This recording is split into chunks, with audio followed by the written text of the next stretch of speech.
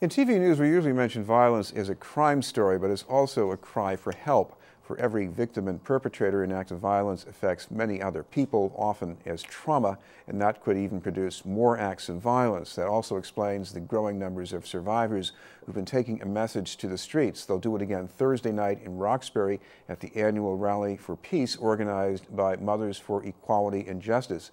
To tell us about the campaign are two guests from the organization, a survivor who lost her son last year, Merva, and someone who's been working with young people in Dorchester's Grove Hall neighborhood, Manny, Tikili. Thank you both very much for being with us. Thank you for having us. Merva, first of all, tell me about this organization and how you got involved with it. I got involved after my son was murdered last year. A group of clergy and other community members called to action, and this happened at my community church, 232 Columbia Road, Deliverance Temple Worship Center. That's where we attended church, and that's where the first meeting was held. So I was called to action then. So action means what? Means that we're going to start raising the voice, awareness, letting everyone know it's not okay for our kids to be murdered in the streets. It's just not okay. Manny, you must face that with young people that you work with, the sense that violence, even if it isn't really nice, it's to be expected. I think some young people do face that and do think that. I think there's a responsibility of adults to step in and to have a solution to that. You know, there's a saying that young people feel that there's chaos and no hope when adults don't know what to do. And MJE, Mothers for Justice and Equality, you know, we're stepping up to the plate and bringing solutions. We're bringing people together that haven't worked together before. You know, we're bringing mothers together to say that it's not okay for our children to die. And not just at the point of death, but all those things that cause it. So the educational opportunities, career development opportunities. You know, when we talk about safety in our streets, what does that really mean in defining that? What are the roles of those people who we elect? What's their role to keep us safe and keep our children and young people safe? What's the role of police officers and even clergy? What role do we as adults and leaders in our community play to make sure that our young people are safe and our children have a high quality of life? Reverend, when you think about what happened to your son now, and you think of what made that happen, what do you think of? What made it happen? I have no idea. I know what we could do to not let it happen again, or let it happen to another child. And what do you think of?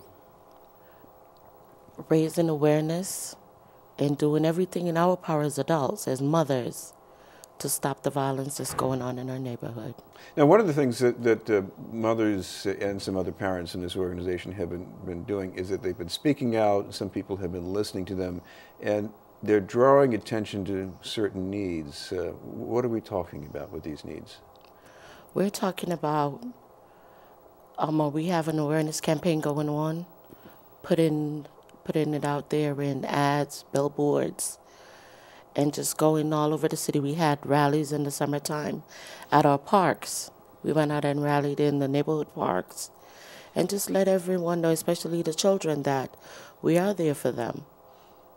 Do you think that changes something? I've seen these rallies, you know, there are some megaphones that can get loud and a certain amount of enthusiasm, and then it goes away. Does that make a difference, you think?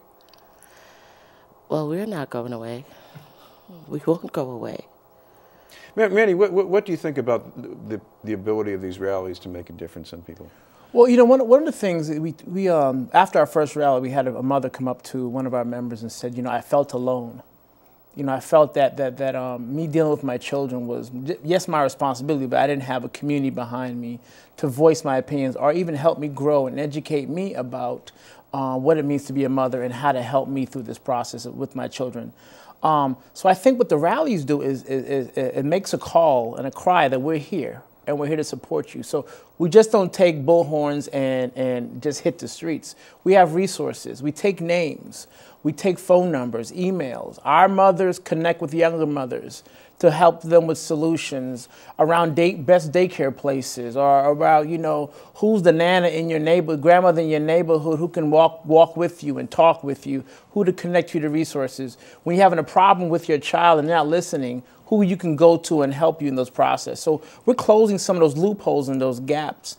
And we know that the call is when mothers are educated, when mothers feel as though they have support and they have a backing, they'll be able to stand and have solutions to some of these problems. One of the things we're doing is creating circles of mothers within different neighborhoods. So when a mother sees something happening, she can text the next person or call the other person within her circle to be able to say, I just don't feel this is the right situation. What do you think? And then that closes the information gap, and then they can call out to whomever it is they need to in the neighborhood to come up with a solution. It could be about violence, but it could be about neglect. It could be about anything. So one of the things we're trying to do is close the gap around mothers and young people that kind of sometimes feel isolated and they don't have support. And then sometimes you make poor choices when you don't know what to do as young people. We want to make sure that doesn't happen. Merva, was this an organization you could turn to like this and find other mothers doing something to help you? It's an organization that I did turn to. And how do they help you?